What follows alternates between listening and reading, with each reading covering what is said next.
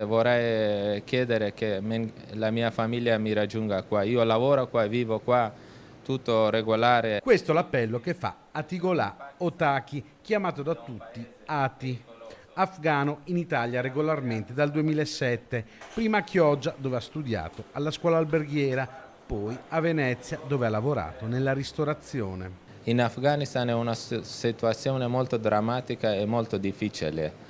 È una situazione che non si capisce più niente cosa accadrà e cosa succederà. Anche le donne non possono mettersi smalto, non possono più andare con i capelli scoperti o devono mettersi burqa. Una donna da sola non può viaggiare se non è accompagnata da un uomo o da suo marito. Se è un uomo che non è suo marito, vengono assassinati entrambi per la legge dell'Islam. A Kabul ha la sua famiglia, una moglie e 3 figli. Il più grande ha 8 anni, mentre la più piccola, Stella, ne compirà 4 a dicembre.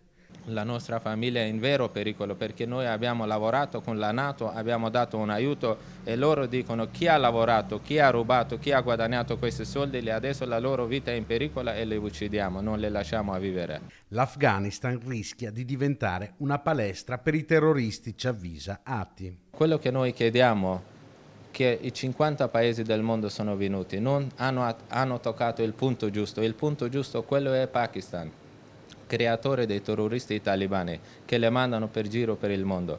Questo non è un pericolo oggi per noi, questo è un domani un pericolo anche per voi occidentali, perché Afghanistan sarà un campo di addestramento per i terroristi talebani che la manderanno giro per il mondo. Con lui c'è anche il giornalista esperto di conflitti in Medio Oriente, Claudio Locatelli, che proprio in questi giorni avrebbe voluto partire per l'Afghanistan. Che ognuno faccia la propria parte. Dopo l'iniziale trauma, il tempo dello shock per le immagini di Kabul è finito. Bisogna agire praticamente e ognuno può fare un piccolo caso. Questo è un caso importante, la famiglia di Ati è a rischio e si trova bloccata a 2 passi dall'aeroporto di Kabul e il ponte aereo sta per finire. O si aiutano ora o rischio di non poter mai più uscire e questa famiglia rimanere divisa per non si sa quanto, se non addirittura per sempre.